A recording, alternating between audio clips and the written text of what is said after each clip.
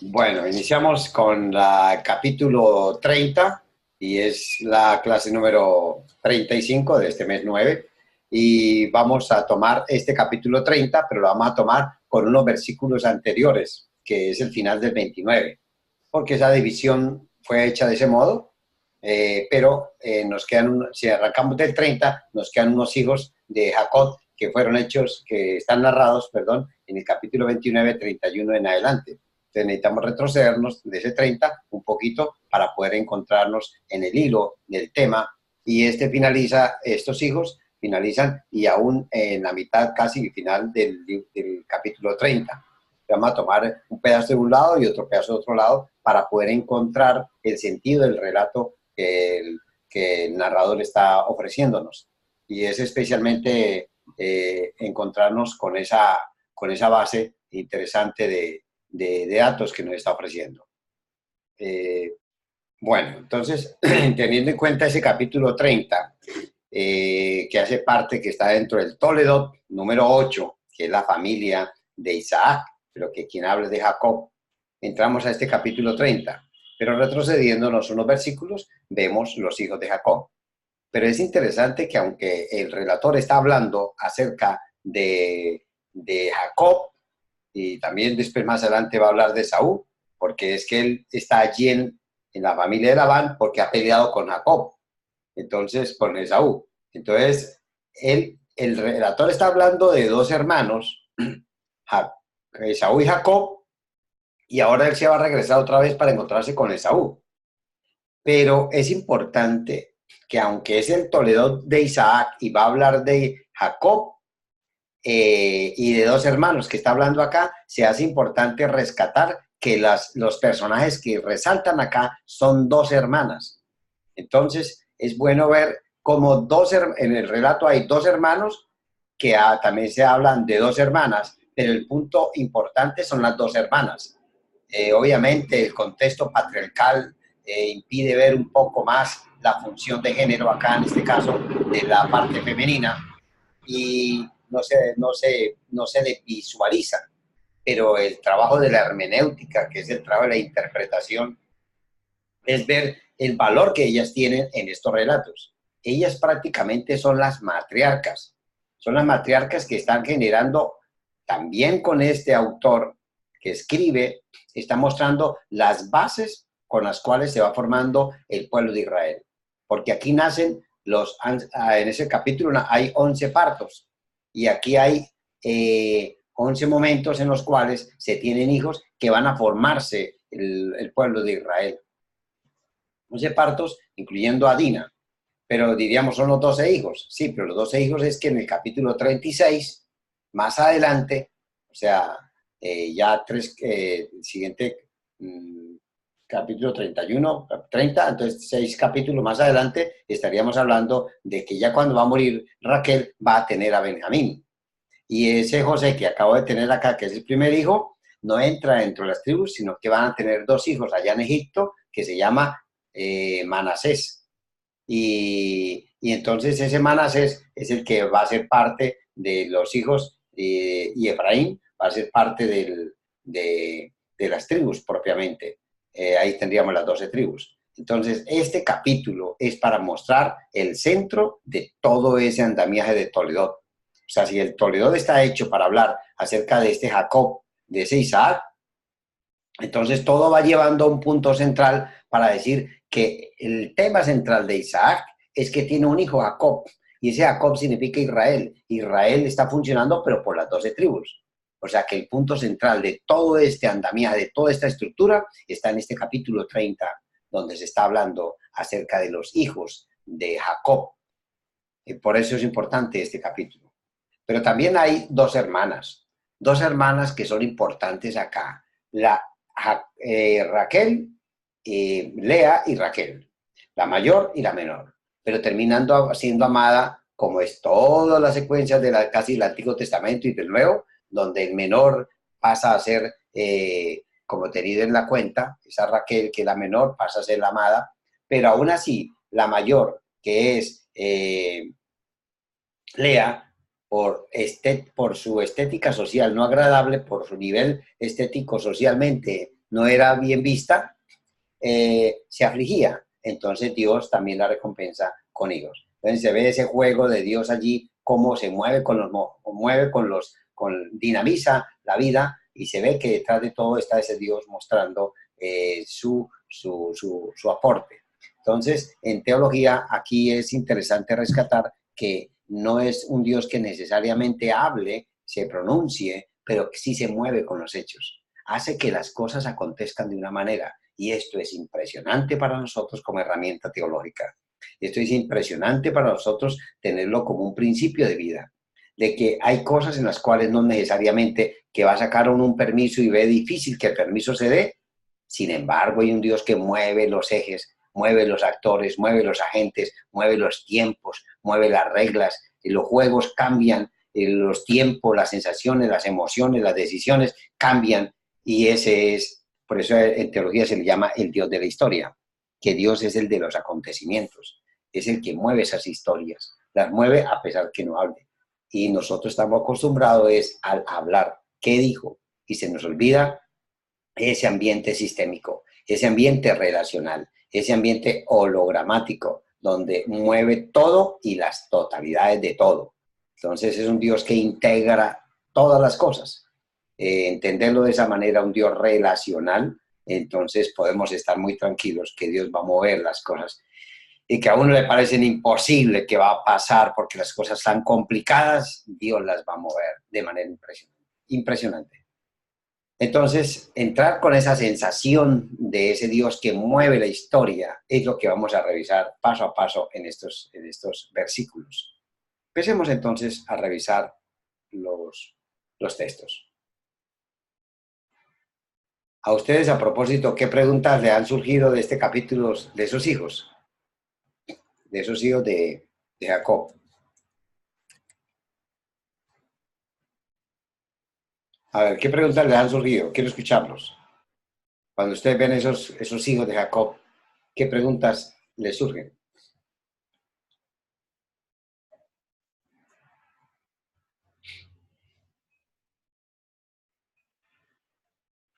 Pues en mi caso, como para ver más adelante, cuando se vaya desarrollando ya el tema de tribu por tribu, el Sí, papel o la diferencia que juegan allí los hijos de las dos siervas, en el sí, caso pues de Bila que tiene a Dan y Nectalí, y sí. Silpa que tiene a Gad y a Aser. Entonces el papel Ajá. que esas cuatro tribus juegan más adelante, que ya lo tendremos la oportunidad de verlo, y lo mismo lo de Dina, ¿no? Pues que aparece en la escena y de una manera pues desafortunada lo que le sucede, pero no se dice más de ella. Claro. Entonces te llama la atención de dónde van a salir los hijos, esos hijos, ¿qué va a pasar con ellos, con las tribus? Sí, sí, es como el papel que juega cada tribu, especialmente que uno nota pues la relevancia que tienen los cuatro hijos de Lea. No, en este caso de Lea fueron seis, ¿no? Ajá. Y Lea pues también es la mamá de Dina, pero pues siempre hay una diferencia interesante entre cada uno de sus hermanos, la manera como se comportan, y me imagino que más adelante en la expansión de cada una de las tribus, así mismo juegan un papel pues bien interesante en el desarrollo de la historia de Israel, porque Correcto. uno ve al final los profetas menores cuando hablan mucho de los hijos de José y cómo se incorporan, que me gustaría tener claridad en su momento de cómo es que se incorporan los hijos de José a ser parte de las 12 tribus de Israel, cuáles de ellas son las que se pierden, porque más adelante, si no estoy mal, cuando salen de Egipto hay dos que se quedan al otro lado y no sé el papel que esas dos tribus juegan, si son las dos tribus que descienden de las esclavas o las siervas. Bueno, ya más o menos me entienden, no me quiero Sí, extender. sí. Muy bueno, gracias porque esa, esa expectativa es la que nos va a dar como unas bases por donde vamos a dirigir la interpretación. Entonces, es fundamental entender acá que aunque va a hablar de unos hijos, que hablar de dos patriarcas y que hablar de un patriarca Jacob, aquí está el nicho, aquí está el nacimiento de Israel con sus tribus. Y esas son las que son dos mujeres. Por eso ese caso de dos mujeres tiene que ver con el libro de Ruth.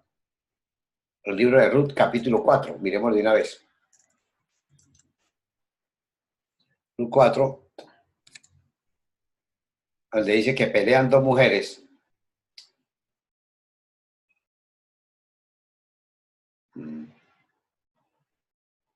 A ver.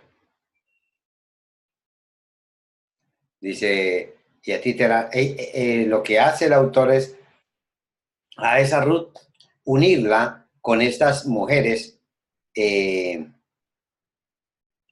A ver, miremos acá en qué texto está.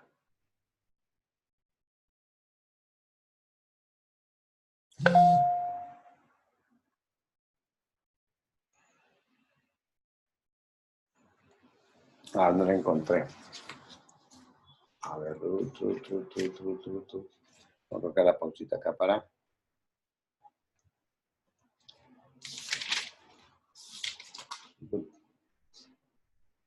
Dice con Ruth y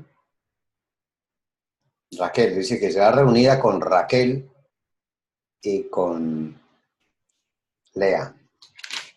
Las dos mujeres. Ah, se me escapó el apellido, el nombre. En el libro de Ruth, el libro de, ajá, aquí está, en el 11, 4:11.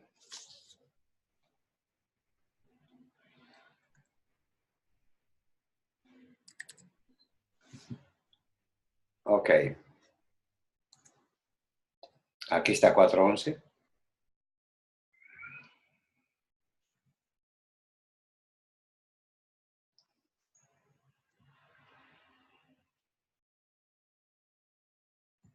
Aquí está 4:11.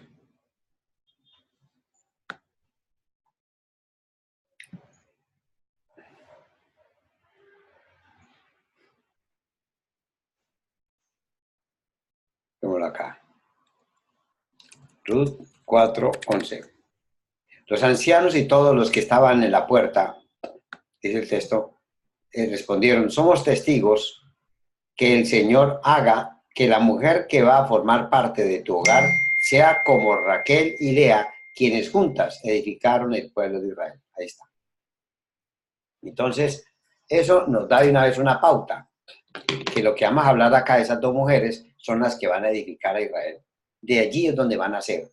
Entonces, note que no dice de un hombre, sino que juntas edificaron el pueblo de Israel. Ahí le da la validación a la parte femenina, cómo ellas logran tener un aporte impresionante. Inclusive es tan impresionante esta, especialmente Raquel, que mire las palabras que ella menciona por acá, frente a la propuesta que le dice en el 30.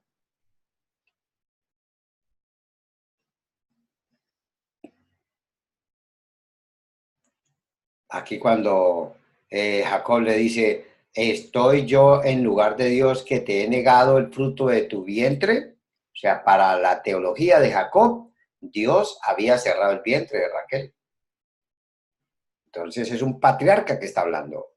Jacob contra Raquel y le digo, ¿estoy yo en contra de Dios que te ha negado el fruto de tu vientre? O sea, para Jacob, dentro de su teología, estaba negado el vientre, ya estaba cerrado. Y ella dijo, aquí está mi sierva Bila, llégate a ella para que dé a luz sobre mis rodillas, para que por medio de ella yo también tenga hijos. Notemos algo. ¿Qué notan con la aseveración de Jacob frente a la respuesta de ella? Ella le responde a la pregunta que él plantea. ¿Qué opinan ustedes?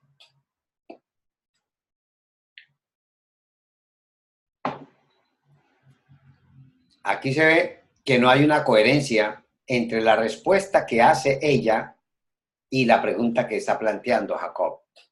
Y esto es lo que se llama los diálogos generativos, que no se centra en la negación. Estoy yo en lugar de Dios que te ha negado, no se centra en la negación, sino que se centra en la posibilidad. Y ella dijo, aquí está mi sierva. Ella no tocó nada del tema. A eso se llama disolución. Disolución de conflicto porque no se centra en el problema, de que ella está estéril, no se centra en el problema en que Dios ya dijo que cerró el vientre, no se centra en el tema de que la patriarca le dijo que ya no se puede, que está en contra, porque mire lo que dice ella, le dijo a Jacob, dame hijos o si no me muero. Es decir, el sentido aquí es tener hijos, no tiene otra opción. Entonces se encendió la ira de Jacob contra Raquel y dijo, ¿estoy yo en lugar de Dios que te ha negado? O sea, tiene todas las cosas en contra. Este episodio que estamos teniendo acá no es el único. Hay muchos episodios, como el caso de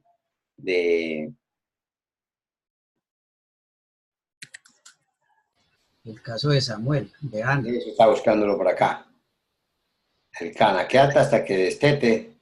Así pues Ana se quedó. Por aquí explicó. Entonces le llevaré para dedicarlo al Señor. La consiguió pasado un año. Que el Dios de Israel te conceda lo que has pedido, dice Elí, ¿no? ¿Hasta cuándo? Le dice Elí, ¿hasta cuándo te va a durar la borrachera? Deja el vino. No, mi señor, no he bebido ni vino ni cerveza. Soy solo una mujer angustiada que ha venido a desahogarse delante del Señor. Entonces, es interesante acá notar que es la mujer la que insiste para que las cosas se den. Y aquí es ella la que insiste. Son cosas que quedan en la mente de nosotros los lectores para saber de que no podemos desaprovechar esa obstinación, esa perseverancia que tienen las mujeres cuando quieren o tienen cosas claras.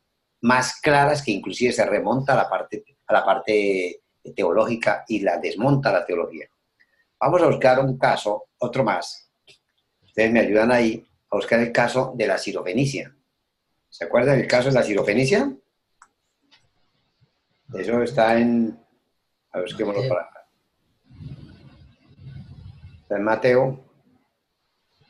Mateo como el 14.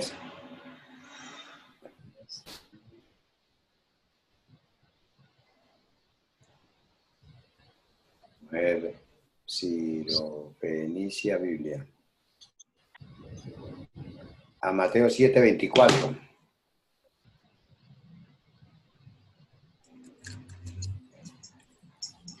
Ah, no, no es este. Ah, no, Marcos es.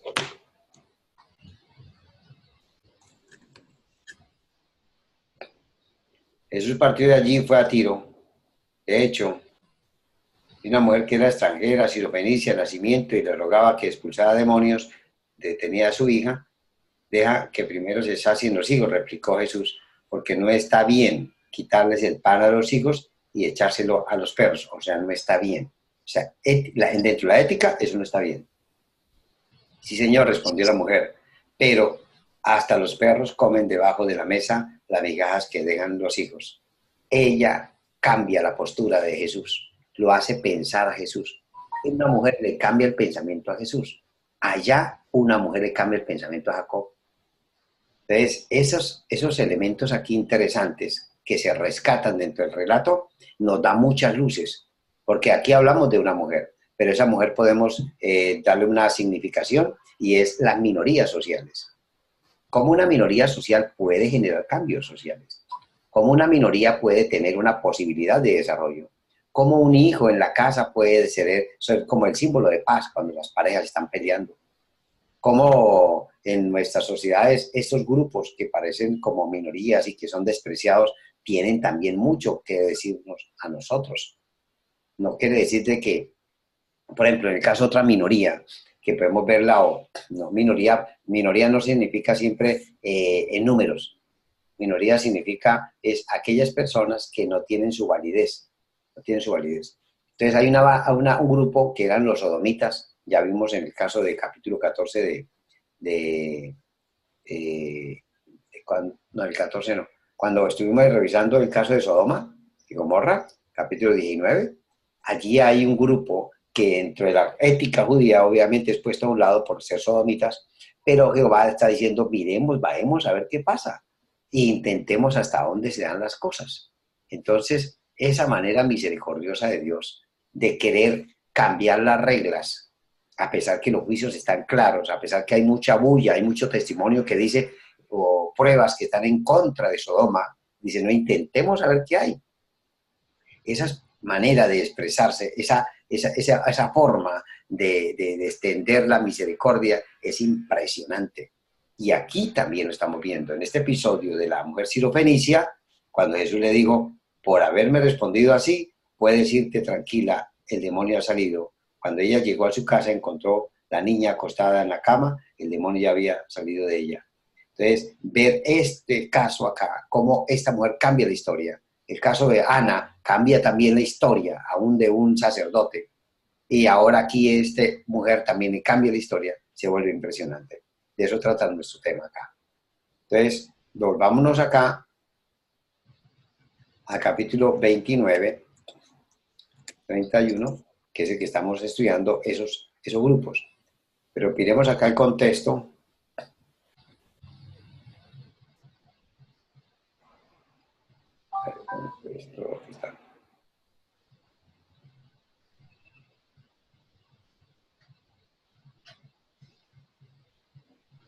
A ver, ¿dónde está?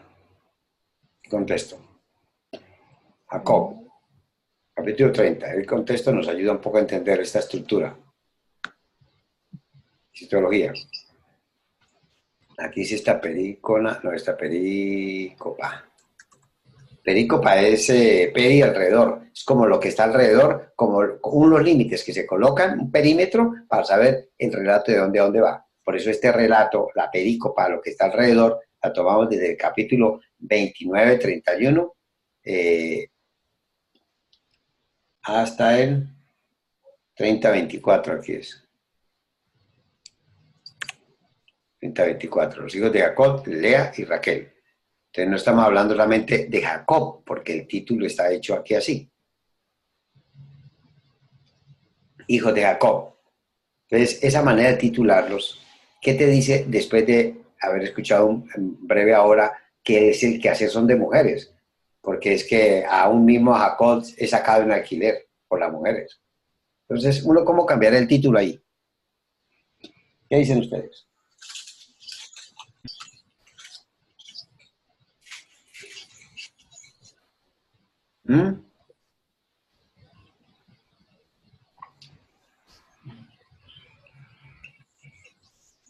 ¿Cómo se animarían a cambiar el título a esto? A ver, hermano Víctor, ¿estás por ahí? Sí, sí, aquí estamos, sí.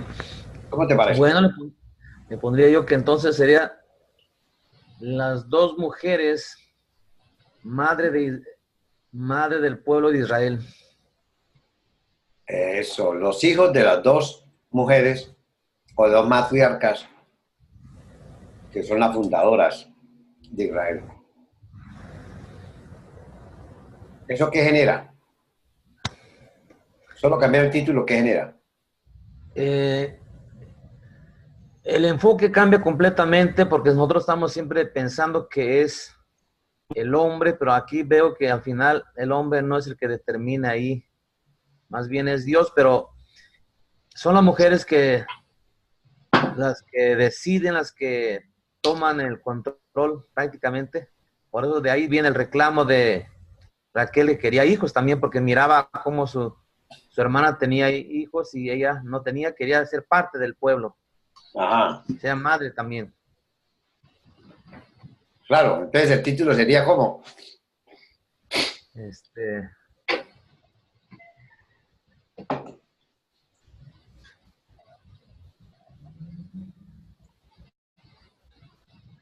Las dos mujeres, madre de Israel.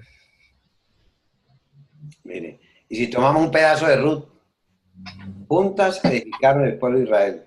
Entonces, las dos mujeres.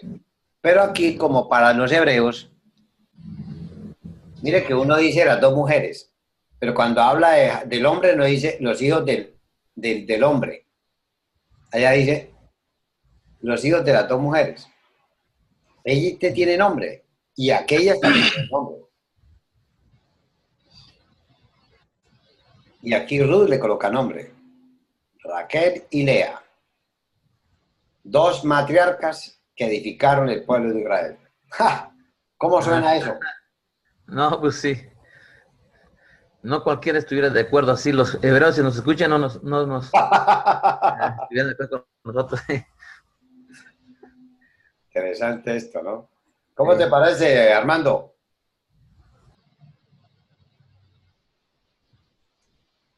Hola, Daniel. Hola. No, aquí escuchándolos. ¿Cómo te parece el título que plantea ahí con la ayuda ahí de Víctor? Las dos matriarcas de Israel. Ujú. Y este título, vea. Siga.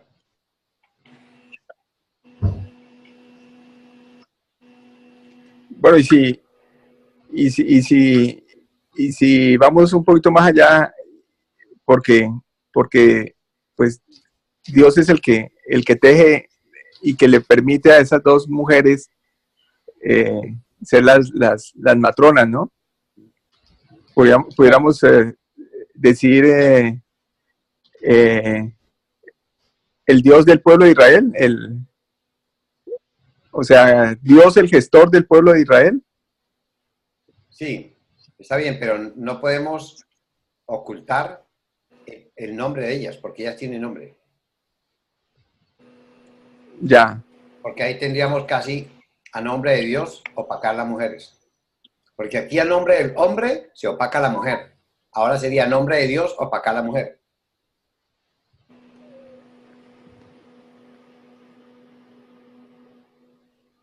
bueno, entonces sí, sería esa, ¿no?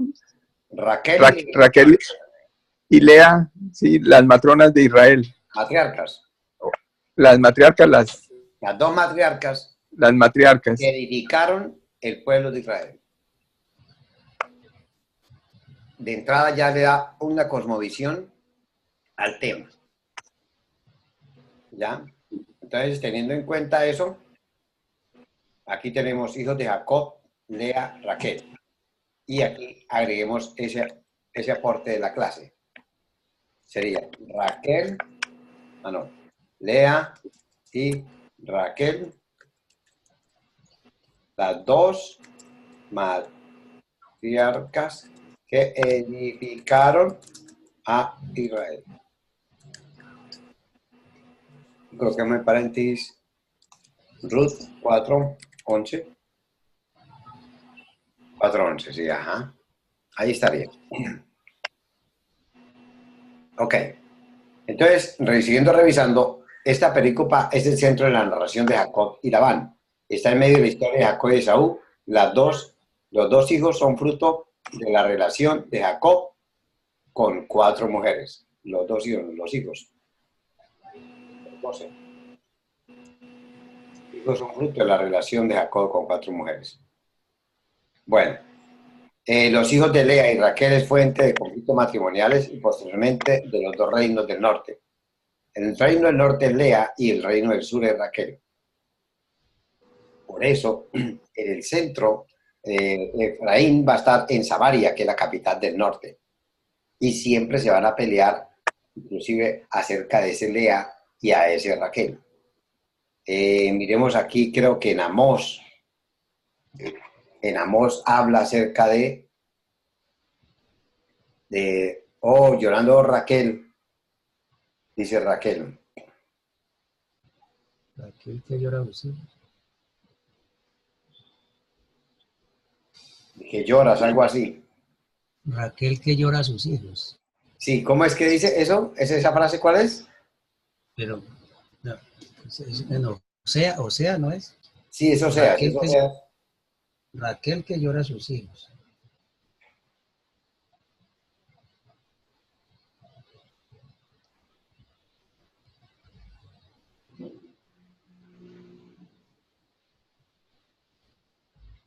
Y no ha sido consolada. Jeremías 31:15. No pudo ser consolada. Raquel que llora a sus hijos. Así dice el Señor. Se oye un grito en Ramá, lamento y amargo llanto. Es Raquel que llora por sus hijos y no quiere ser consolada. Sus hijos ya no existen. Así dice el Señor. Entonces, los hijos de Raquel, ¿quiénes son? José y Benjamín. Y José tiene dos hijos, que se llama Efraín y Manasés. Y ellos pertenecen al norte. Y en cambio abajo, al sur, a ver si yo coloqué bien acá. No, aquí Lea aquí es al revés. Sí, porque Judá es al sur. Sí, correcto. Raquel, el norte, y sur, es Lea, pero estaba hablando de Lea, el sur, pero propiamente hablando de Judá, ¿no? Porque esas dos se van a extender. Pero mire qué cosas tan terribles esto, que prácticamente donde viene Jesús, ¿de quién va a ser? De Lea. De Lea. No va a ser de Raquel, no va a ser de la amada, sino la de ojos apagados, la que estéticamente no es agradable. Entonces, eso es espectacular. Buscó el camino. ¿Ah? Buscó el camino más difícil, más 31:15. 31. 31:15, aquí está. Entonces, es ahí la que llora. Coloquemos esos textos. Es Raquel que llora a sus hijos, que no quiere ser consolada. Sus hijos ya no existen, claro. Porque sus hijos ya han sido despatriados. Eso fue en el año 721, que vinieron los asirios y se los llevaron. Y esta Raquel, mire que finalmente Raquel, cuando tiene sus hijos, está pidiendo unas mandrágoras. ¿Recuerda usted? ¿Para qué eran esas mandrágoras?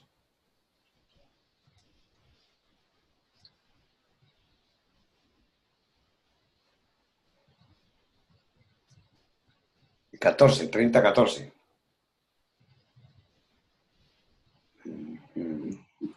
Génesis 30:14.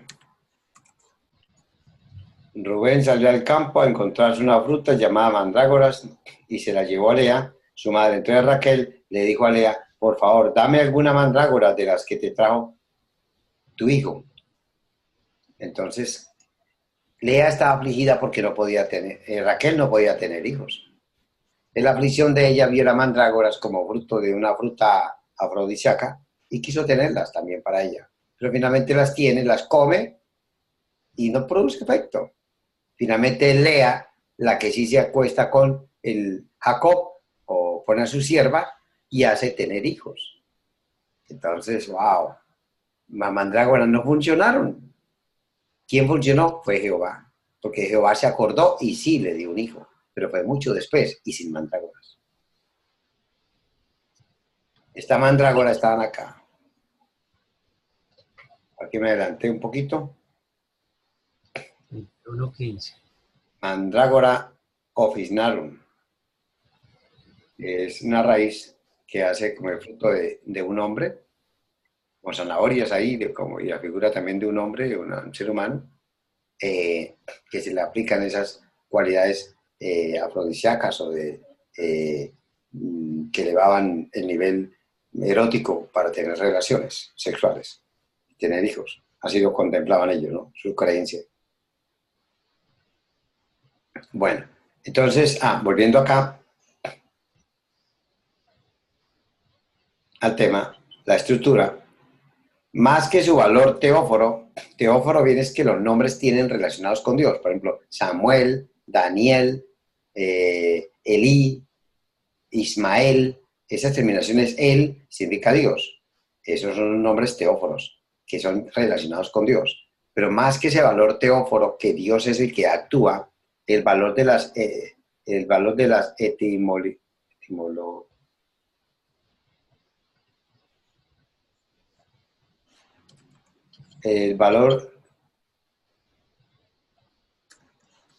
la etimología de los nombres llama la atención su encadenamiento y asonancias, terminación de los nombres. O sea, no se aprecia en español, sino en hebreo, la manera como suenan las palabras, como suena el nombre de Rubén, como suena el nombre Aser, como suena el nombre de Dan, eso se van asociando y esas asonancias son las que llaman la atención, más que los significados etimológicos como tales. O sea que el autor lo que quiere es mostrar unos nombres, a construir unos nombres que suenen agradables o que tienen unas terminaciones finales que llaman la atención por la manera como suenan. Dios no está ajeno, sino que se ve presente en cada caso. Aquí lo hace con la atención a la marginada Lea por no alcanzar niveles sociales de estética. Esa sería la parte teológica. Es decir, Dios se mueve detrás de estas historias. Dios está haciendo historia con todo esto.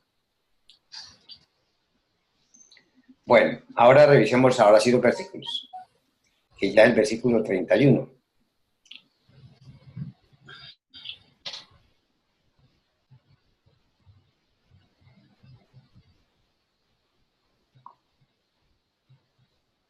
A ver, ¿esto qué está pasando acá? Ahora sí, está mejor así.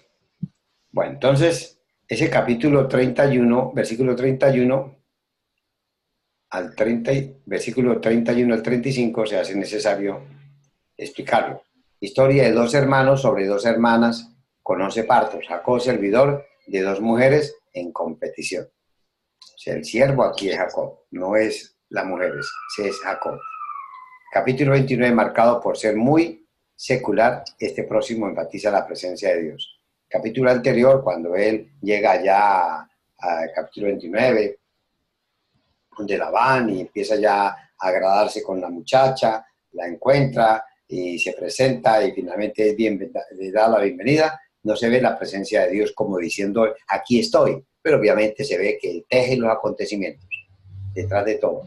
En este caso, en el capítulo 30 que estamos estudiando, aquí se ve un Dios que se muestra presente y se ve cómo se ve los términos con los de Dios. Dios está presente en la manera que está dando sus hijos. 4 hijos de Lea. Los 4 hijos están bien, ¿no? Son los 4 hijos que él tiene, que los nombres suenan a ver, oír, ligar, y el cuarto, dar gracias. Entonces estaría Rubén, Simeón, Leví y Judá. Por eso doy gracias a Dios. No es que el nombre propiamente significa Judá, es dar gracias a Dios, sino el significado que les da, ¿no? Tiene una relación, pero no es tanto la etimología, sino el significado que está dándole al nombre por la manera como suenan y cómo se adecúan las circunstancias. A eso toma el sentido el nombre, no tanto la etimología. El hecho de que ella se acueste porque el texto va a decirle, no, este en el 30 acá, este lenguaje es para acá.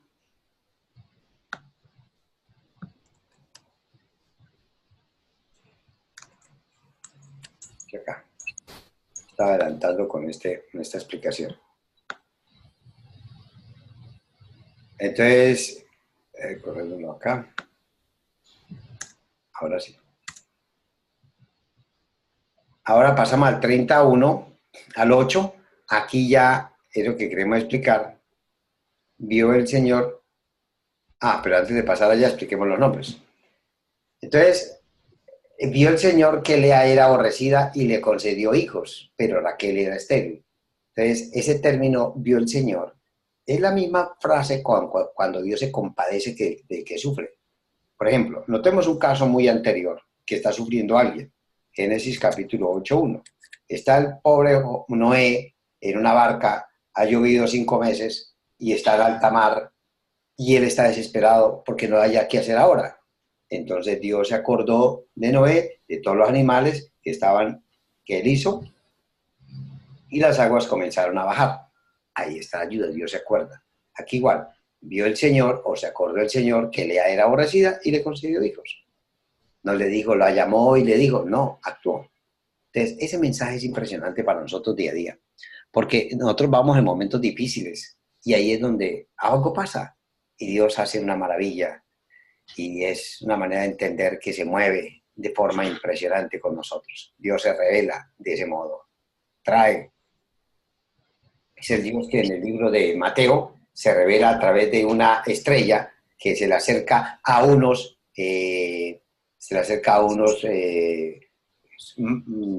extranjeros que se llamarían magos y que vienen a acercarse a Jesús. Pero en Lucas son pastores. Dios se acerca de muchas maneras. Aquí se acerca es viendo el Señor que Lea era aborrecida y le concedió hijos, pero a Raquel no. Este término aborrecida, y en caso de Raquel sería la amada, ahí es donde se habla de términos jurídicos. Es decir, no es que la odien, sino es que legalmente es no aceptada. Legalmente, ¿quién va a ser los primogénitos? La amada, porque si la que está amando es a Raquel y el primer hijo es José, entonces sería el mayor. La regla, la ley es la que habla acá. Entonces ahí es donde vamos a Deuteronomio, capítulo 21, 15.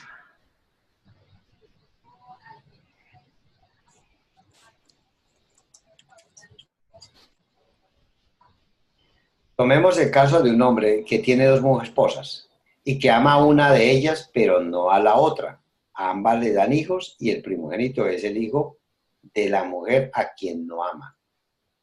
O sea, el primogénito no sería la que él ame, sino la primer hijo que nazca. Y el primer hijo que nace, según es, de la aborrecida. O sea que si está en el Deuteronomio, ya hay una regulación. Hay una regulación para estos casos, como se están mencionando, que un hombre tenía en esa época dos mujeres, pero una amaba y la otra no. La que tenía hijos, que era la aborrecida, ella sería su hijo mayor. Y concibió Lea y dio a luz un hijo y le puso por nombre Rubén, y dijo: por cuanto el Señor ha visto mi aflicción, sin duda ahora mi marido me amará. Entonces, notemos que las definiciones es Rubén miren por acá. A ver, acá.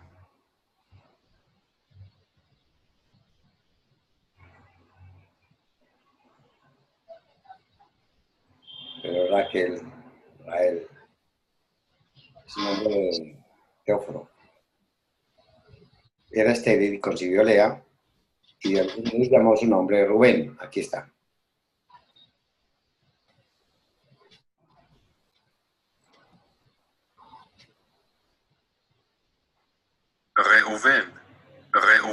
Reuben. Diccionario traduce: vean ustedes un hijo. Como dice, vean, aquí tengo la bendición de Dios. Entonces, ¿cómo es aceptada? Pues teniendo hijos.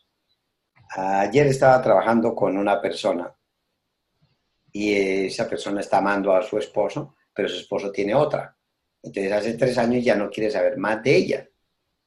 No, ya, chao, chao, chao. Y ella sigue insistiendo, insistiendo, insistiendo. Entonces, aquí vean ustedes, tengo un hijo, Rubén. Es decir, no tengo el marido, pero tengo hijos. Esa figura es interesante, esa figura relacional. ¿Con qué se relaciona lo que uno va a hacer? ¿Con qué se relaciona lo que va a acontecer? No necesariamente con lo que se quiere, sino con algo que llena, a pesar que no es lo que se tiene. Entonces uno tendría que, y eso ayudamos con esta persona.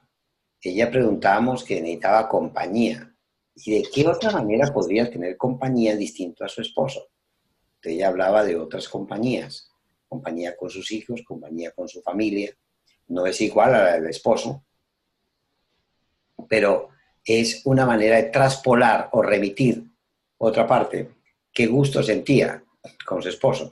Que mi esposo sentía el gusto de la compañía para ver televisión, ahora no. ¿Y de qué otra manera podía darse ese gusto, esa compañía? Entonces ella hablaba con los hijos. Entonces, al ir traduciendo eso, le permitía a ella tener yo le dije, finalmente usted termina, ¿qué quiere? ¿Tener a su esposo o tener la compañía? ¿Tener a su esposo o tener la visita o el agrado o lo que él te brindaba? No, lo que brindaba, la compañía, la ayuda. Dice, bueno, eso podría hacerse de otra manera. Podría colocarse de otro modo. ¿De qué otro modo podría hacerse? No es igual que tener esposo. No se puede decir que con esto ya cambiamos, porque sería una negación de una realidad. Pero sí por lo menos sería una manera en que los seres humanos buscan recursos para poder sobrevivir en un ambiente donde nos parece completamente contradictorio. Aquí estamos viéndolo igual. y dio a un hijo y llamó su nombre Rubén, porque dijo, ha mirado Jehová mi aflicción, ahora por tanto me amará mi marido. Ella lo relaciona con el marido. Ella insiste con el marido, pero mire que hay veces que no necesariamente tener al marido es la alternativa. Mire lo que le va pasando al pensamiento de ella. Concibió otra vez y dijo, por cuanto oyó, ya no es lo que ve, sino lo que oyó, es chamá, oír inteligentemente, por cuanto oyó Jehová, es Jehová la que lo escucha, es Jehová la que lo ve, la ve, ya no es el marido, pero ella sigue insistiendo con el marido. Era menospreciada, me ha dado también y llamó su nombre Simeón, queriendo que su marido la escuchara, no solamente que la viera, sino que la escuchara. Y concibió otra vez, y digo, ahora esta vez se unirá mi marido conmigo. Ella sigue insistiendo, porque le he dado a luz 3 hijos, por tanto llamó su nombre Leví.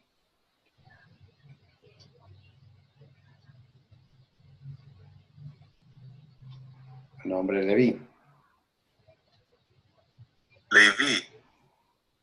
Leví, que es sujetado. Con eso yo lo sujetaré. Pero mire que estos elementos es sujetar al marido, que el marido lo vea, que el marido lo escuche, que el marido lo sujete, esté con ella. Ahora sí, concibió otra vez dio un hijo y digo, esta vez alabaré a Jehová. Alabaré. Y llamó su nombre Judá. Ahí están los nombres que son parecidos. Odé con Judá. Esas las asonancias. Es decir, que los nombres o las frases estaban dadas por la manera como sonaban. Aquí volvamos a hacer el ejercicio. Alabaré.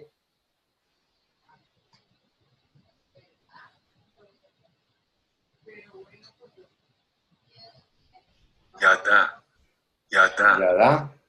Con este llamó Judá.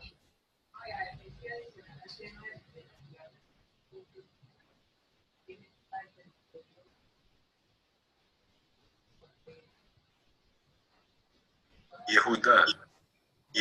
Ahí está. Yadá con Yehudá.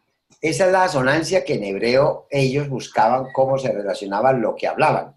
No era tanto los significados, sino cómo sonaban en este relato o en esta perícopa que estamos estudiando. Y nombró y dejó de dar a luz. Pero esta vez alabaré a Jehová. ¿Qué notaron en el proceso mental de ella? ¿Qué pasó con los 3 hijos y qué pasó con el cuarto? ¿Qué esperaba con el tercer 3 hijos? ¿Y qué ya no esperaba con el cuarto hijo? Pues con los 3 primeros era recuperar a su marido, sí, poderlo tener pues como muy propio. Además bien como en una secuencia de lamento, de angustia, de zozobra. Pero en el cuarto algunos teólogos también o algún significado he visto que Judá también significa alabanza, ¿no? Alabanza. Entonces, ahora alabaré a Jehová, alabaré a Yahvé. Entonces, cambia la postura. Allí Lea cambia la postura y dice, pues ya dejo de lamentarme, entonces ahí aplicaríamos el pensamiento generativo. Y es que Lea cambia de postura y dice, pues voy a dar gracias a Dios, voy a darle gracias a Yahvé, o como lo llamaba ella en su tiempo, porque he tenido un cuarto hijo y parece que superaba, a partir de Judá, ella ya superaba esa situación que había venido viviendo durante los 3 embarazos anteriores. Era de angustia, de apego, de querer pues llamar la atención, por decirlo así también, de Jacob. Ahora dice, no, ya entendí, aquí voy a alabar a Dios, voy a dedicarme a la alabanza. Ok, entonces eso que acabas de decir, Rubiel, el pensar generativo es no quedarse en el caos. Ella intentó 3 veces, no funcionó. A la tercera generó otra alternativa. No es que se casó con Jehová, pero algo que tenía aquí adentro fue lleno en ella. Sí. Por eso el término alabar, que usted está insistiendo, me parece interesante. Ese alabaré es esta, ¿verdad? Yada. Yadá. Yada. Pero el término yadá tiene una otra raíz y es esta, ¿verdad? Es yadá, reverenciar, adorar, lamentar, retorciéndose las manos, confesar, exaltar, glorificar, tirar. Miremos otra raíz más. Yad, abierta, mano abierta, por la mano como abierta, compañía. El término compañía. Entonces, ahí está. Por lo tanto, alabaré significa, por tanto, tendré compañía a Jehová. Por lo tanto, tendré intimidad con Jehová. Por lo tanto, estaré más afianzada con Jehová. Serían las palabras. Ya no es con Jacob, sino con Jehová. Ojo, no estamos diciendo ahora que todas las hermanas que son dejadas por su pareja o hermanos que son dejados por su pareja busquen esta alternativa que ahora tú vas a tener intimidad con Dios. No estamos hablando de ese nivel. Estamos hablando del pensamiento generativo que logra buscar caminos, alternativas de llenarse mientras algo pasa, mientras algo ocurre. Pero no se puede decir que es igual, sino son alternativas. Como yo hablaba con esta persona que ayer pues, sufría muchísimo. Cuando ella logró entender de qué otra manera puede reconstruir su vida o generar alternativas, no necesariamente con su pareja, sino entender lo que su pareja le daba a ella, le generaba, pero no estaba él. Entonces entender de que ya no está él, pero ella necesita satisfacer eso y que eso lo puede satisfacer de otras maneras, con otras formas. Y de esa manera el cuerpo es tan flexible, tan elástico, tan relacional, que se puede conectar con otros elementos. Aquí tenemos lo mismo.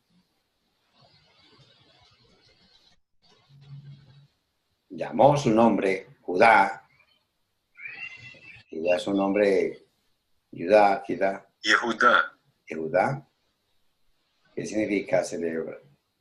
30-24, es la misma raíz, ¿verdad? Interesante. 30-34, que ya da la misma raíz para el tema Judá y alabanza, que es la compañía. Su nombre es Judá, que es compañía, usar, mano abierta, como es yad, como mano abierta, qué bonito término, ¿no?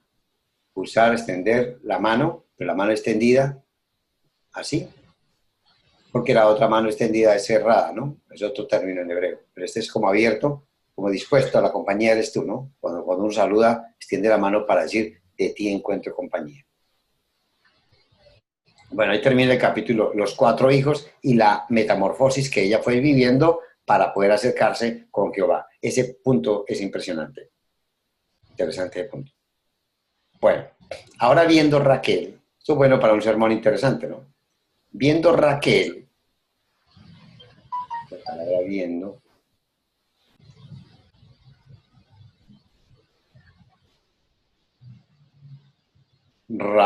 atender, descubrir, examinando, explorando, Raquel, ya habíamos hablado del término Raquel también, Rachel, que es como ovejita, viendo la ovejita que no daba hijos a Jacob, ese término Jacob es cambiado por Israel, Jacob, que toma el talón, suplantador, viene acá a hincharse, tropezar, talones, que toma por el talón, ¿no? Jacob, que toma por el talón, tuvo envidia de su hermana y decía a Jacob, esa palabra hermana, por eso ese término es la historia de 2 hermanas, que son las matriarcas que generan el pueblo de Israel. Y decía a Jacob, dame hijos o si no me muero. Es decir, para ellos el significado de la fertilidad era la validación que adquiría una persona. O sea, alguien que tuviese sus hijos, alguien que tuviese la generación, era una persona validada socialmente. Por eso, lo primero que se le dio a Adán, a Eva, el nombre de Eva. Ella llamaba mujer. Madre. ¿Qué le cambiaron de nombre? A ver, ¿dónde está? Pues 24 es. El hombre llamó Eva a su mujer porque ella sería la madre de todo ser viviente. Ahí está el tema. Es decir, allá era Eva y aquí tenemos a dos mujeres que serían las madres de dos pueblos grandes, del norte y del sur, o de 12 pueblos que se juntarían en dos reinos, norte y sur. Entonces, o si no me muero, es decir, el sentido está en generar vida, en generar cambios, generar otras posibilidades. O si no me muero, es decir, yo estoy hecho para dar vida, o si no me muero. Este caso acá es bueno relacionarlo con lo que hicieron estas dos mujeres. Dame hijos o si no me muero. Busque la manera. Y ella buscó la manera. Él no encontró manera, entonces ella sí la buscó. ¿Usted se acuerda del otro episodio semejante a esto, que dos mujeres querían tener hijos y no podían?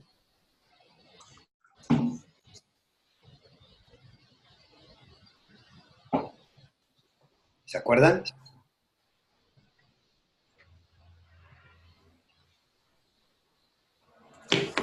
¿Se acuerdan? ¿Cuál fue? ¿Las dos mujeres?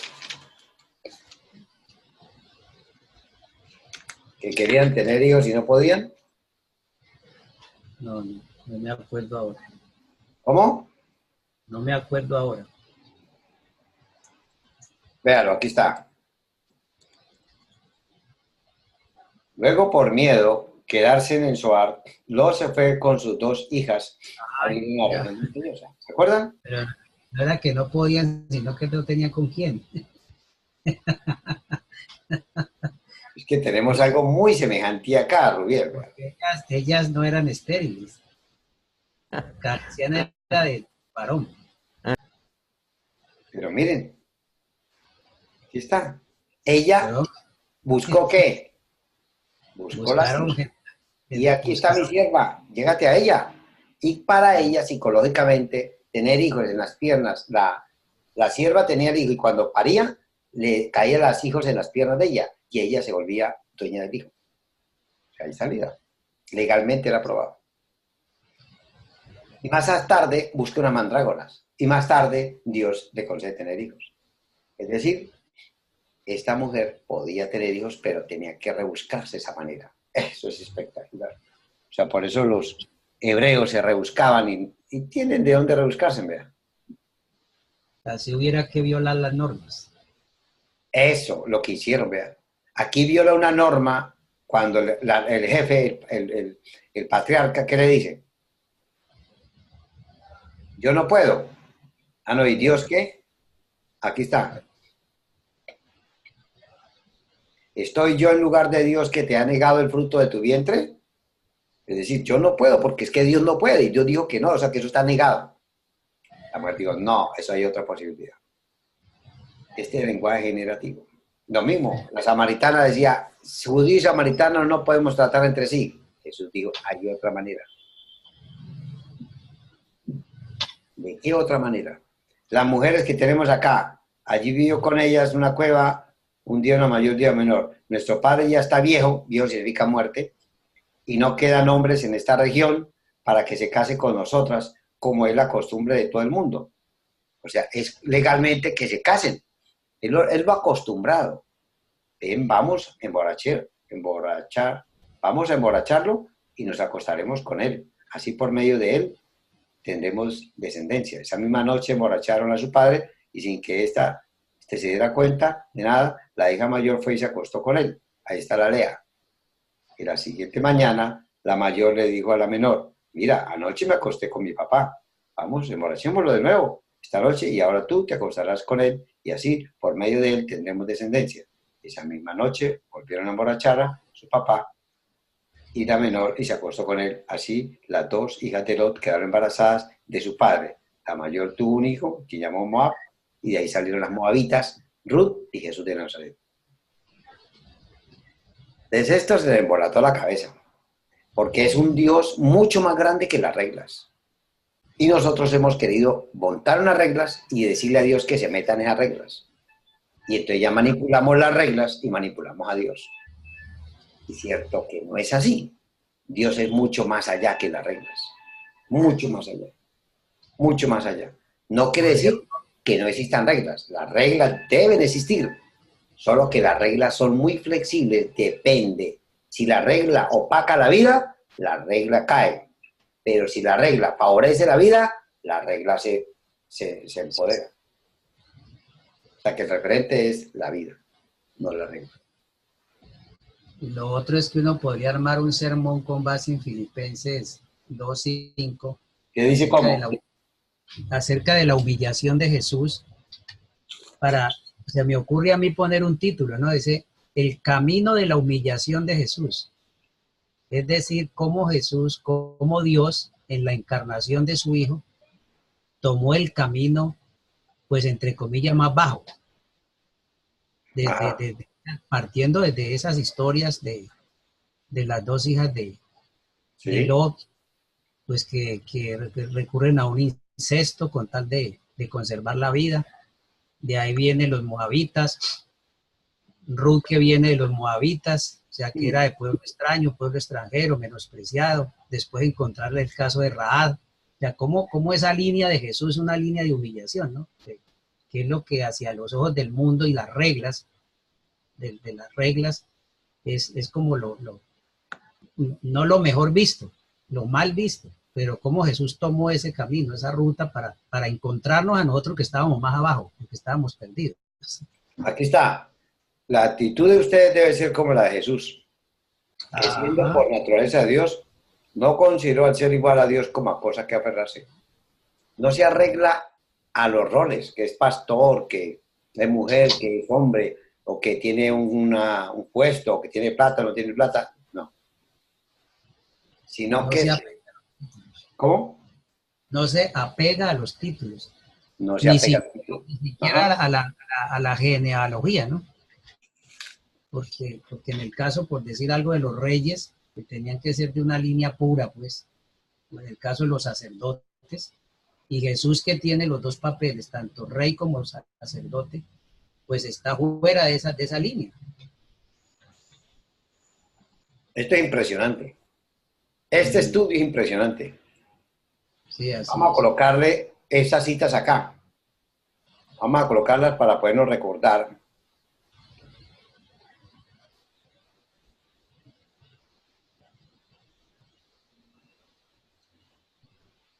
Entonces aquí están.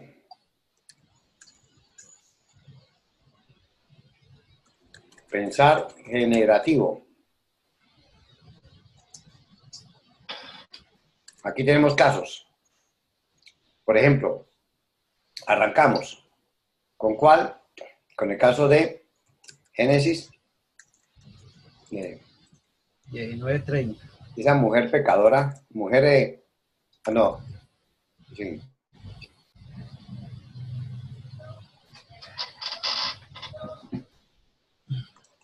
¿Qué va?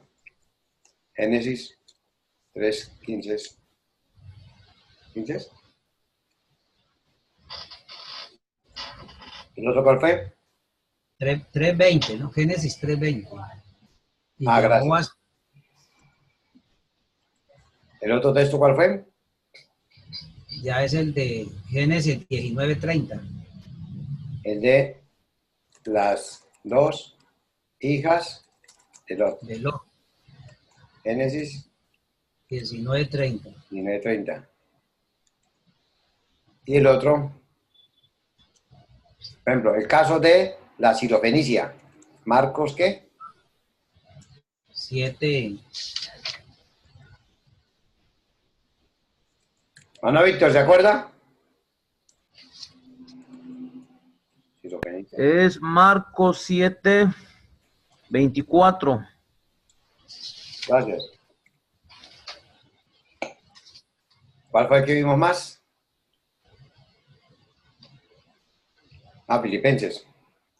Filipenses. Y el caso de Rula Moabita.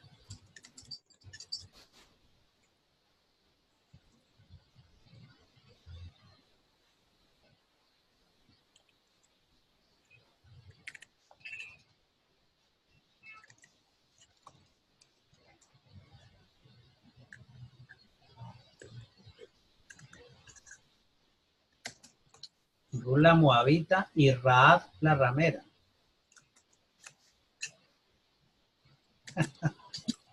No, eso es una cosa impresionante esto. Ahí tiene una dominical. Tiene una dominical, sí, señor. Ah.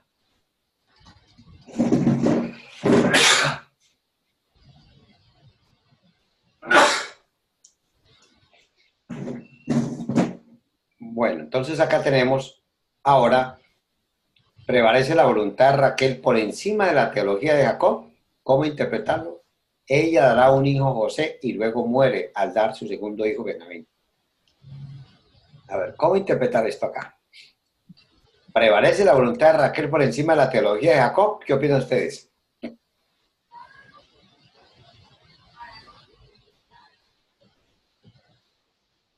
¿Qué opina Armando?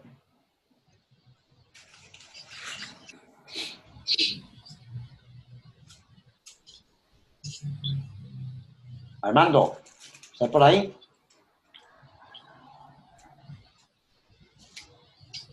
Señor, ¿Qué opina de esta pregunta?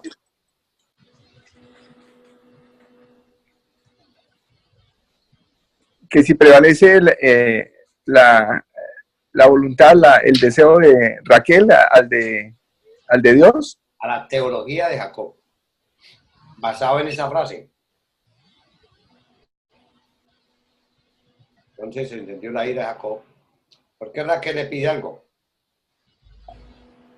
¿Dame hijos o qué? ¿O qué? Ah, sí, claro, pues ahí prevalece porque ella busca una alternativa que no ve él en su mente, ¿no? Y la tiene clara Jacob, porque para Jacob había una creencia que si la mujer no daba hijos, Dios le había cerrado. Y si Dios cierra la matriz, es Dios y ya no se puede. Esa es una doctrina. Entonces, la doctrina de Jacob, la pregunta ¿cómo es? Véala, Armando, Señor. véala aquí, por favor. No la veo. ¿No? No. La que viste ahora. ¿Prevalece la voluntad de Raquel por encima de la teología de Jacob? La teología es la misma dogma. Sí, sí, claro que sí prevalece. Sí, prevalece. Entonces ahí es donde hay dogmas de dogmas que pasan ya en segundo lugar porque la vida está en primer lugar. Y es la persistencia. Y es una mujer la que desmonta eso. Es lo que hablamos ahora de la sirofenicia ahora, ¿no? Que logra desmontarlo. Interesante, ¿no? Ella dará un hijo, finalmente, que se llama José, para demostrarle a Jacob que sí se puede. No, esa pregunta de Jacob. ¿Estoy yo en lugar de Dios que te ha negado el fruto de tu vientre? Entonces, eso quiere decir de que hay veces nosotros tenemos unas creencias o unos dogmas que nos limitan. Y uno tendría que preguntarse hasta qué punto mis dogmas, mis doctrinas, mis creencias limitan el mover del espíritu. A veces hay dogmas que uno tendría que replantear. Cuando hablamos de dogmas, no estamos hablando ni de creencias, estamos hablando de dejar de creer en Dios. No.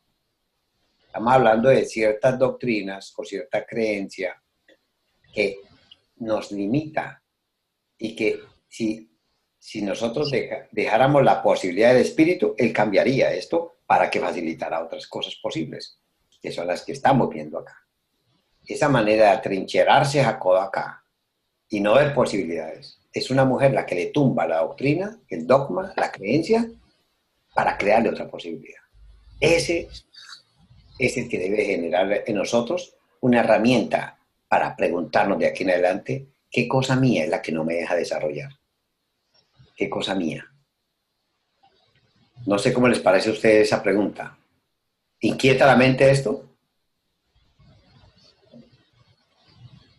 Claro, pero en el buen sentido, en el sentido de que hay que romper reglas y tantos paradigmas y creencias también, que a veces, pues, a pesar de que usted dice que el dogma no va relacionado con la creencia, pero a mí me parece que en algunos aspectos sí, porque determinadas creencias hacen que una persona no avance, porque cree, pues, que está de alguna manera eh, digamos, afectando su fe, porque incluso muchas personas afectan su fe por estar aferrados. Lo que Jesús luchaba con los fariseos, el caso de romper las tradiciones. Ustedes están aferrados a sus tradiciones. No sé si allí pues tenga que ver con el don. Cabe texto. ¿Dónde está eso? Bueno, Mateo, ¿no? soy malo para las direcciones.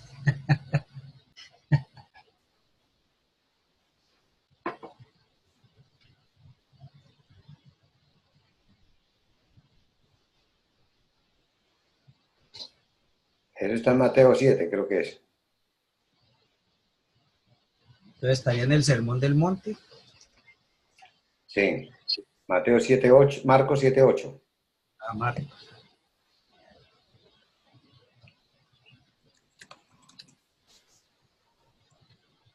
Ustedes han desechado los mandamientos divinos y se aferran a las tradiciones humanas.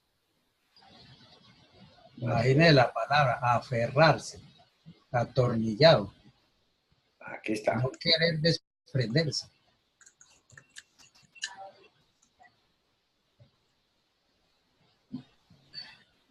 Entonces, cosas como cuáles, también para cotidiana inclusive. Que uno cree que con un trabajo es y sin ese trabajo no funciona.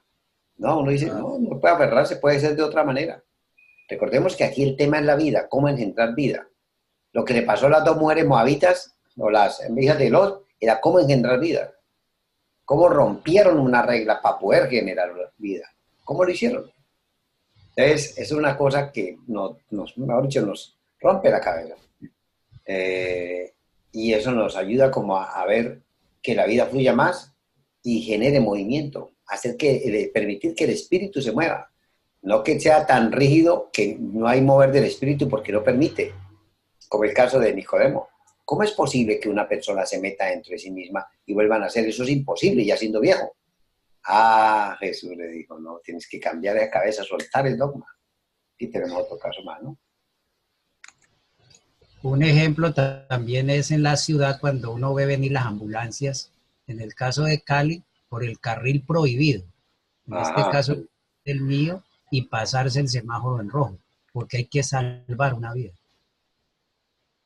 Rompió las reglas, Rompió las se pasó reglas. el semáforo en rojo, pero va salvando una vida. Y todo el mundo lo mira, nadie reniega, ni nunca es sancionado, porque es que esa ambulancia se pasó el semáforo en rojo, pero ¿por qué? Es que va salvando una vida. Muy bien, el ejercicio está muy bueno.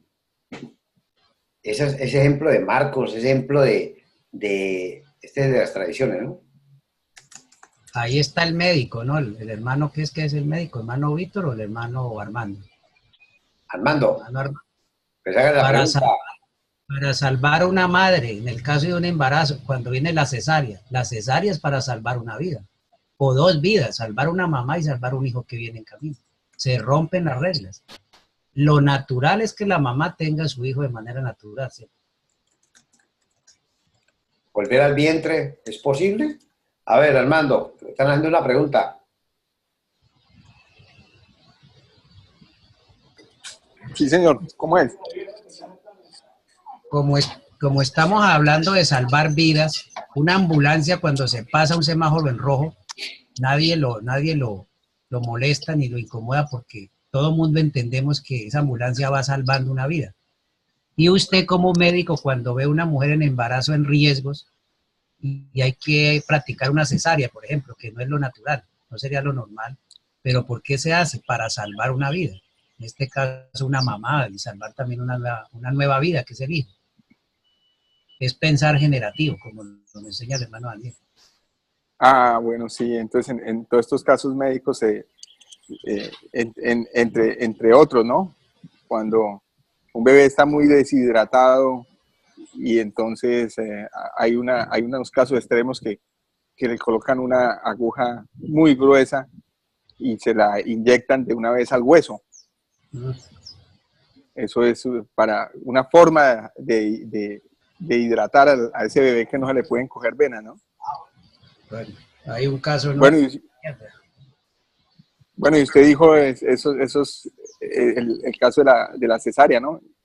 Y bueno, así podemos citar muchos, pero en todos ellos se saltan unas reglas porque prevalezca la vida, ¿no? Muy bien, de eso se trata el tema. Sí, señor. Sí, porque aquí estás saltando una regla. La regla es esta, ¿no? ¿Estoy yo en lugar de Dios que te he negado el fruto de tu vientre? ¿Cómo voy a saltar esa regla? No me puedes saltar la regla. Y ella dijo, aquí está mi sierva.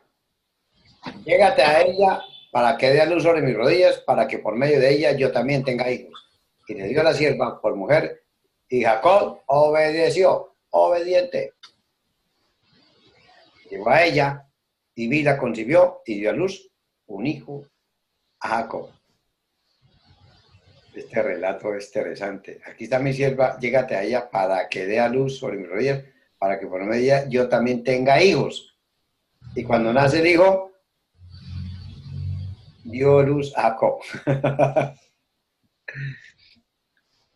Es esa Jacob, pero también lo toma ella.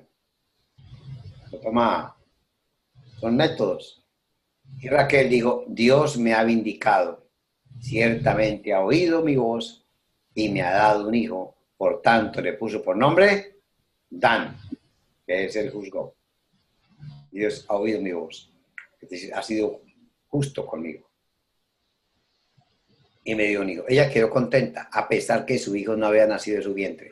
Eso es una manera que hemos hablado sobre el caso de aquella persona que pierde a su esposo y finalmente tiene que buscar qué es lo que le llenaba a su esposo. Compañía, risa, chistes, bueno, todo eso, ¿cómo lo logra hacer de otra manera? Entonces ella me dijo, ¿me tengo que buscar otro marido? Yo no siempre, porque entonces vive pegado de personas. Es de lo que usted necesita. Es la compañía, el abrigo, la risa. ¿Qué otras cosas podría de esa manera también hacer posible que usted tenga unas vivencias? Y concibió otra vez Bila, sierva de Raquel, y dio a luz un segundo hijo a Jacob. Le siguió gustando.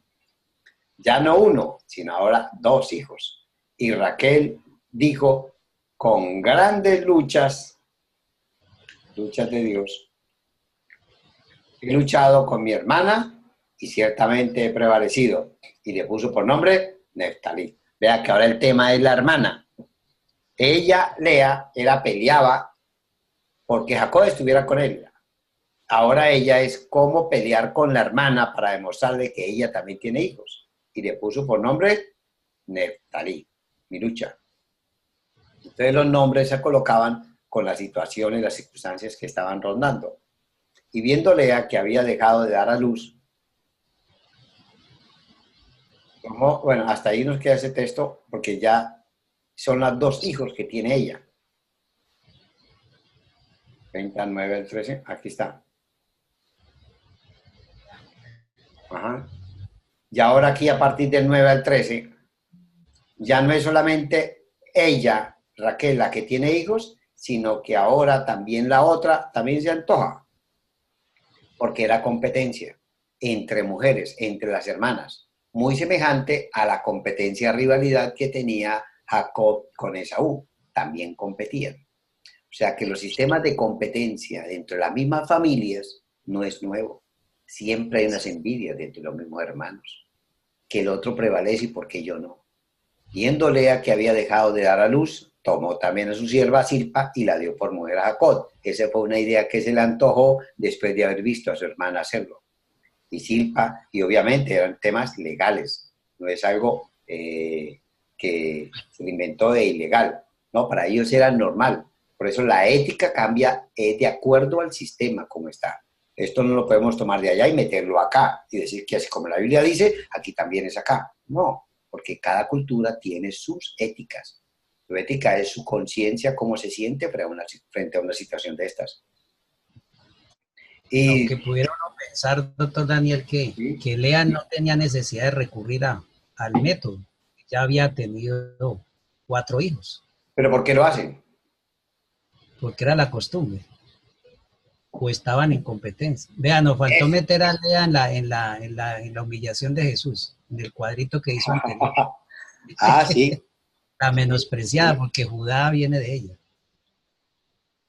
Alea, Sí, en ese cuadrito. Ahí. por acá.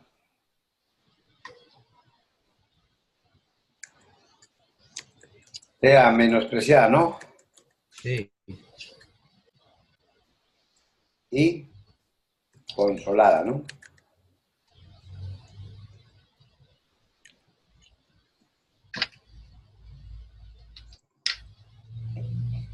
Ahí está. Más cosas todavía. No, esto es una maravilla tener esta riqueza, ¿no? Le da, Bien. es que este estudio así le da autoridad al predicador, al estudioso de la Biblia, para saber qué hacer y qué no hacer. Yo pensé que iba a decir tener buenos estudiantes. Pero más todavía, es el honor tener buenos estudiantes aquí a este nivel, vea. Oh, qué maravilla, bendito Dios. Entonces vea que Lea viendo, pero tiene hijos ya no porque necesita, sino porque ve a su hermana que lo hace. Entonces aquí cabe la palabra envidia, ¿no? ¿Qué es la envidia? La envidia es querer tener algo que otro tiene y yo no necesito. La envidia es querer tener algo que otro tiene y yo no necesito. Ella, como dice Rubiel, no necesitaba hijos porque ya los tenía. Ahora lo haces porque otro los tiene y ella no los necesita, pero porque otro lo tiene. Y Lea dijo, cuán afortunada, y le puso por nombre Gat, fortuna. Después Silpa, sierva de Lea, dio a luz un segundo hijo, Jacob, y Lea dijo, dichosa de mí, porque las mujeres me llamarán bienaventurada, y le puso por nombre Aser, que significa dichosa. La uno es dichoso, y al otro le puso fortuna. Más o menos los nombres salían, lo que está diciendo el autor es, la asonancia está en que estoy feliz, por eso mi hijo se llama Félix. Estoy agradecida, por eso mi hija se llama Graciela. Esas son las asonancias, las frases que se toman a antonomasia, es que es antonomasia, que es que los nombres, haya una cadencia en los nombres, las frases que se estén mencionando. Bueno, ahora, en medio de esos, tenía de hijos una Lea, después Raquel, y después otra vez Lea. Ahora el autor mete la mitad, un episodio, un relato sobre las mandrágoras. Ustedes se acuerdan de ese episodio, ¿no? De la mandrágora, ¿no? Eso fue lo mismo que hizo Jacob cuando hizo que las ovejas se reprodujeran. Sí. Entonces quiere cambiar el ADN, quiere hacer otro elemento de su época, era la parte científica ya, que sabían que las mandrágoras producían el nivel erótico en las partes para de esa manera tener más hijos, creyendo que de esa manera pues podían ser fértiles, así lo pensaban. Ya todos sabemos este relato, que está acá, lo de las mandrágoras. Se encuentra en el campo y llama la atención que el que trae las mandrágoras es el hijo mayor, hasta el campo. Entonces Raquel dijo, dame, te ruego la mandrágora de tu hijo. Pero ella respondió, ¿te parece poco hacerme quitado el marido? ¿Me quitarás también las mandrágoras de mi hijo? Entonces uno preguntaría ¿y para qué quiere esa mandrágora Lea? Porque ya arriba había dicho que no podía tener hijos. O sea, que ella quiere tener más hijos. No sabemos si es que quiere tener más hijos o generar placer.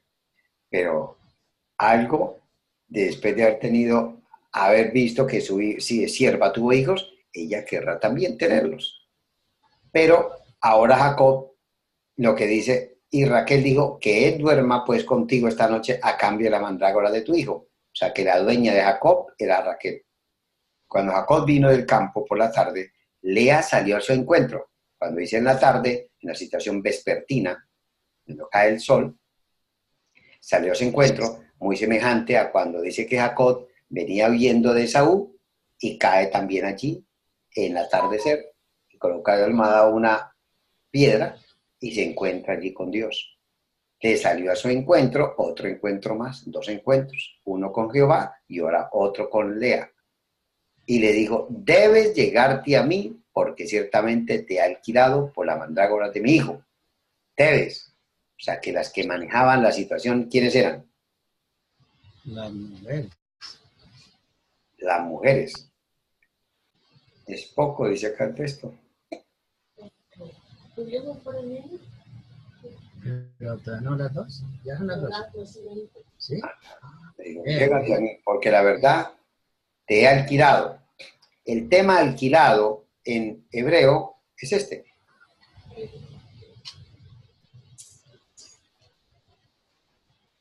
Llégate a la verdad porque te he alquilado.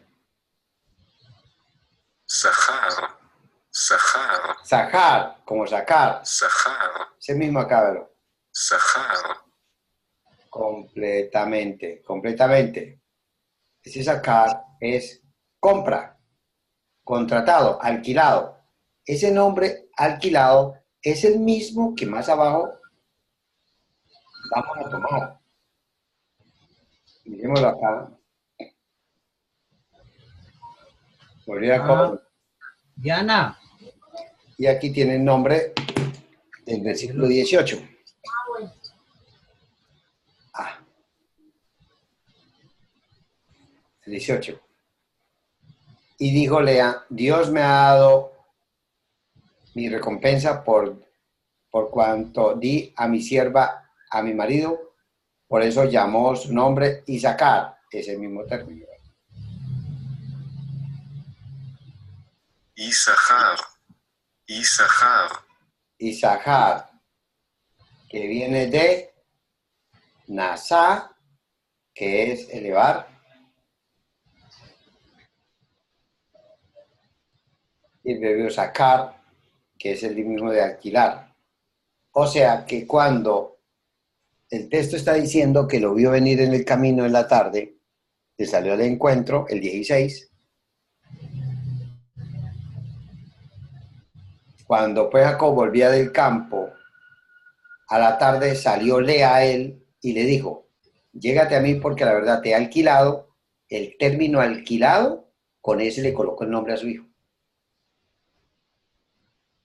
O sea, ¿qué significaba Isaacar? O sea, el autor, como ya esta Lea va a tener un hijo, entonces con esta otra, entonces le va a decir, pues la manera para saber de dónde salió el hijo, el autor se amplía en un relato grande, dice, ese nombre de ese hijo salió de un alquiler. Y yo, ¿cómo un alquiler? Entonces se cuenta el relato porque fue alquilado. Como está mencionando hijos, es la razón de meter a mandrágoras y todo ese episodio es para poder explicar por qué salió su hijo, de dónde salió su hijo, de dónde salió eso lo del alquiler. Entonces el nombre Isaacar significa alquilado. ¿Me va a entender? Claro. Ok. Sacar alquilado. Isaacar, de ahí salió el nombre. Cuando vio venir el campo, escuchó la voz y concibió. Y Lea dijo, Dios me ha dado mi recompensa porque di mi sierva a mi marido y le puso por nombre Isaacar. ¿Qué recompensa? Recompensa, recompensa en este texto dice, ¿no? Pero el término en griego, en hebreo, es alquilado, que es lo que ha venido desde atrás, lo que pasó atrás, en el 16. Concibió Lea otra vez y dio a luz el sexto hijo a Jacob. Y Lea dijo, Dios me ha favorecido con una buena dote. Ahora mi marido vivirá conmigo porque le he dado 6 hijos y le puso por nombre Zabulón. Ya tiene el tercero. El Quinto. El quinto hijo. Ya ha tenido 4 atrás. ¿cierto? Y aquí tienes a Isaacar, cuatro hijos atrás que fueron Rubén, Simeón, Leví y Judá, 4. Y ahora tiene 2 más, que es Judá y Aser, son 6. No, no, Judá está entre los 4. Zabulón es el quinto.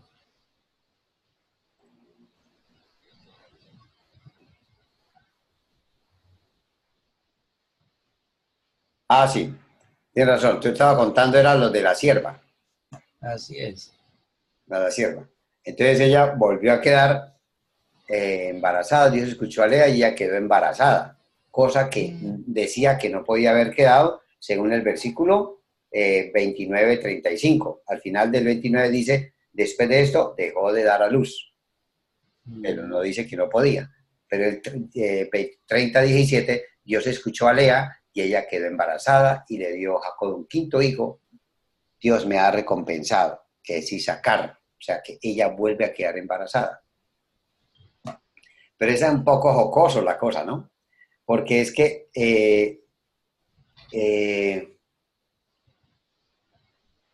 fui al campo y al encuentro y le digo, hoy te he rescatado porque he alquilado acá. Y Jacob durmió con ella esa noche. Durmió y quedó embarazada.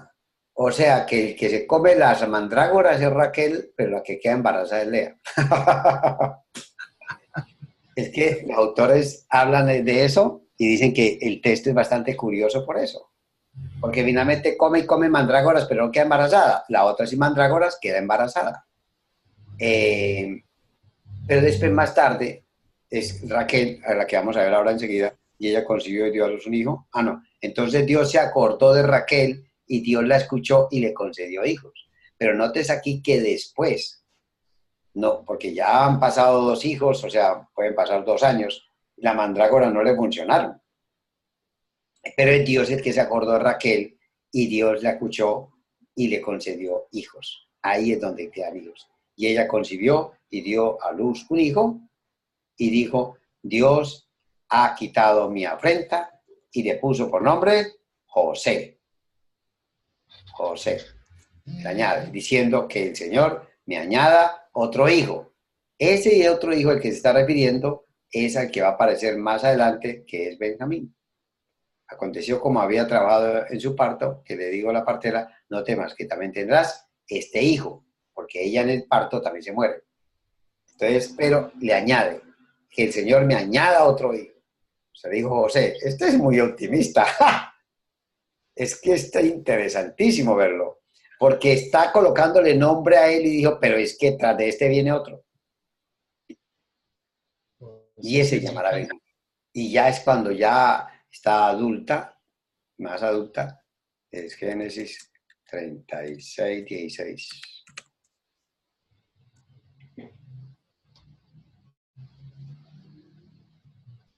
A 36, 35 es la cosa.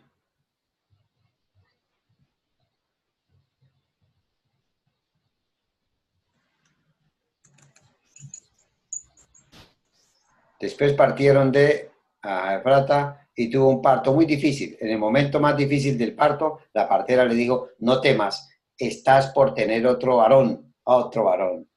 Dice, ¿cómo?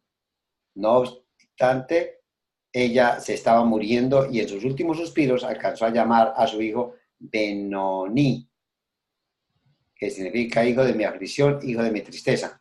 Pero Jacob, su padre, le puso por nombre Benjamín, hijo de mi mano derecha. Entonces los nombres tenían significados y ese significado dice, no lo vea tan negativo por la muerte, véalo porque es mi mano derecha. Y sí fue su mano derecha porque fue el menor, el que iba a acompañar siempre, y fue el que su mano derecha para llevarlo hasta José, hasta Egipto, y ahí el pueblo de Israel se desarrolla como una potencia en Egipto. Llega a ser una potencia ya en los primeros 200 años. Se estabiliza. Bueno, ahí termina el episodio y este episodio termina acá. Bueno, ¿cómo le pareció a ustedes? ¿Cómo explicar el término y Jehová se acordó de Raquel? La palabra y se acordó. Cualquier necio va a decir, hey, es que a Dios se le olvida. Ah, ya, eso está en el versículo 22. 22. Entonces se acordó de Raquel y Dios lo escuchó y le concedió Dios. Bueno, gracias por la pregunta. Primero, esto es aquí un antropomorfismo que hace describir a Dios como si Dios actuara como si fuese un humano. Como que tiene algo pendiente. Dice, yo tengo algo pendiente con alguien, con quién es, para disculpar en cierta manera la demora que ha pasado de no poder tener hijos. Entonces no es que Dios no tenga pendiente ni sepa lo que necesita el ser humano, solamente que se le ha pasado por alto hasta que se acuerda. Y cuando se acuerda, ya definitivamente. Es de Dios que se acuerda, por eso actúa. De ahí la importancia de las oraciones, para hacer acordar a Dios lo que necesita el ser humano, en ese lenguaje antropomórfico. Y no es que Dios se le olvide, porque el mismo texto lo hemos mencionado en Génesis 8:1. Entonces Dios se acordó de Noé y de todos los animales que estaban e hizo que soplara un viento sobre las tierras y las aguas comenzaron a bajar. Ahí está el mismo término. Se acordó ese antropomorfismo, que es algo pendiente, que no se ha olvidado. Si está allí, solamente necesita ser recordado. Cuando se recuerda, él funciona. O sea, uno podría decir en esos términos que nuestras peticiones están dadas a Dios y esperamos que Dios se acuerde de nuestras peticiones para que Él obre. Es un lenguaje más humano, como más entendible, para poder saber de que Dios está como más cercano, está allí. Y si Dios está allí, Él puede hacer maravillas en el momento en que se acuerde. Por eso necesitamos es orar, porque estamos en el hueco de la mano de Dios. Bueno, Mano Víctor, ¿cómo te pareció todos estos relatos? Este relato de los hijos. Es muy interesante, porque más que nada las mujeres son las que están tomando las decisiones de los hijos. Son los que completaron el número de hijos para formar el pueblo de Israel. Sí. ¿Cómo llama la atención esto, no? El hecho también que aparezca aquí la hija en el versículo Dina, el versículo 21.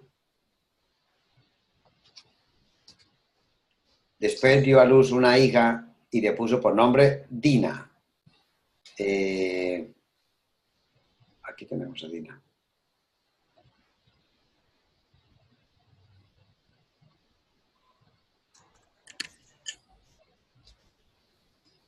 Dina.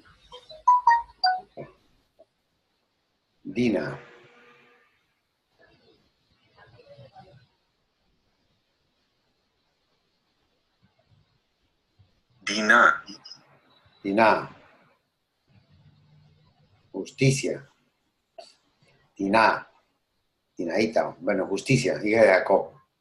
Esa parte de justicia es para poder recordar lo que va a pasar después con esta muchacha en el Edín, juicio, pleito, que va una rencilla que va a pasar en el capítulo 34. ¿Se acuerdan ustedes? Rapto y violación de Dina. Entonces, ese 21, ese 3:21, 30:21, tiene que ver con lo que va a pasar después. Entonces, eso que va a pasar después es que ellos iban a visitar a Siquem, y en Siquem se confían, y hasta que viene allí, como era propio de los trashumantes, tener desconfianza sexual por los citadinos, porque los de las ciudades podían allegarse a los que estaban trashumantes rondeando y tomar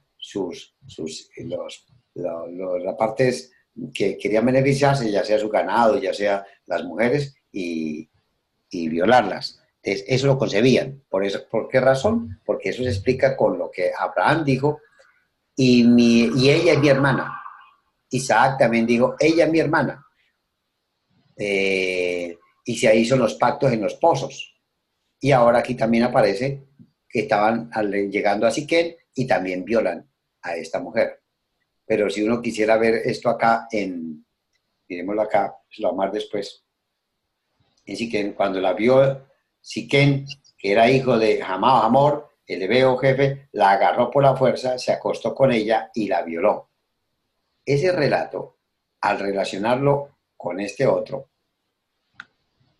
el daño que se le hace, es injusticia que después los hermanos van a defenderla y hace que corten el prepucio y para hacer un pacto, y después Simeón y Leví van y matan una noche a todos esos hombres.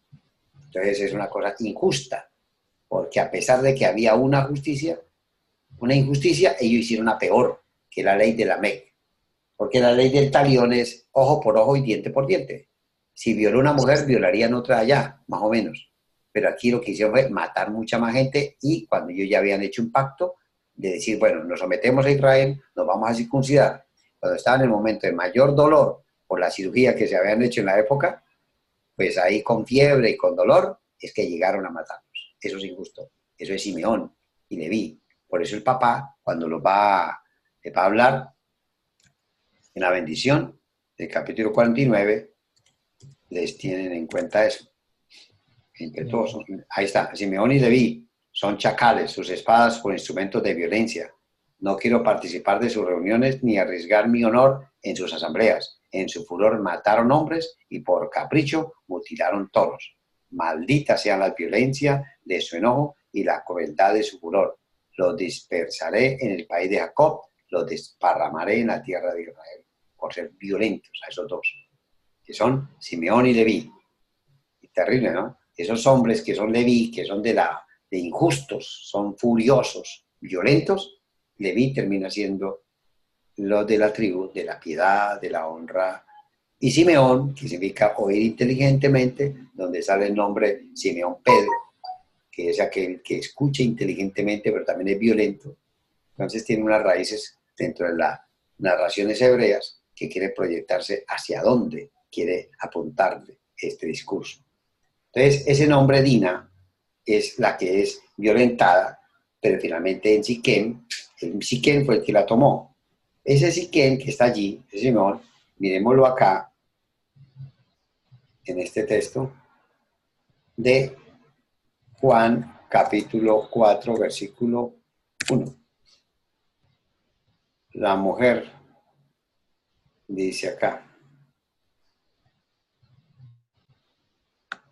y tenía que pasar por Samaria, y llegó a una ciudad llamada Sicar, cerca de la parcela de la tierra de Jacob, y dio a su Jacob, y en ese pozo es otra mujer que se encuentran allí, y veamos que Jesús no hace lo que están pensando los que hicieron los hermanos, los de Siquén, violar a Dina. Es alguien que viene a darle vida, no a darle muerte. Sería bueno relacionar ese capítulo, ese versículo de Génesis que estamos estudiando acá, 30, 21, de Dina, relacionarlo con el capítulo 34 y con el libro de Juan. Para ver que esos contrastes, si hay violencia allí, aquí hay uno que no hace violencia. Y es Jesús que llegó allí en Samaria, pero con una mujer, y no va a hacerle daño, sino a generarle vida. Bueno, mis hermanos, esperamos que esto haya sido de mucha ayuda para ustedes en este trabajo bíblico y de sus predicaciones respectivas para el bienestar de ustedes y su trabajo con las comunidades. ¿Alguna pregunta, comentario más? No, ya, agradecerle porque muy interesante todo el proceso que venimos viendo en este libro de Génesis. Amén. Muchas gracias, hermano Miguel, por su aprecio. Muchas gracias. Estamos viéndonos entonces en la próxima sección. Ok, gracias. Muchas gracias, Daniel. Con mucho gusto, Armando, Víctor. Mucho gusto. Estamos viéndonos, yo mediante, en 8 días. Muchas gracias y... Listo. Bueno.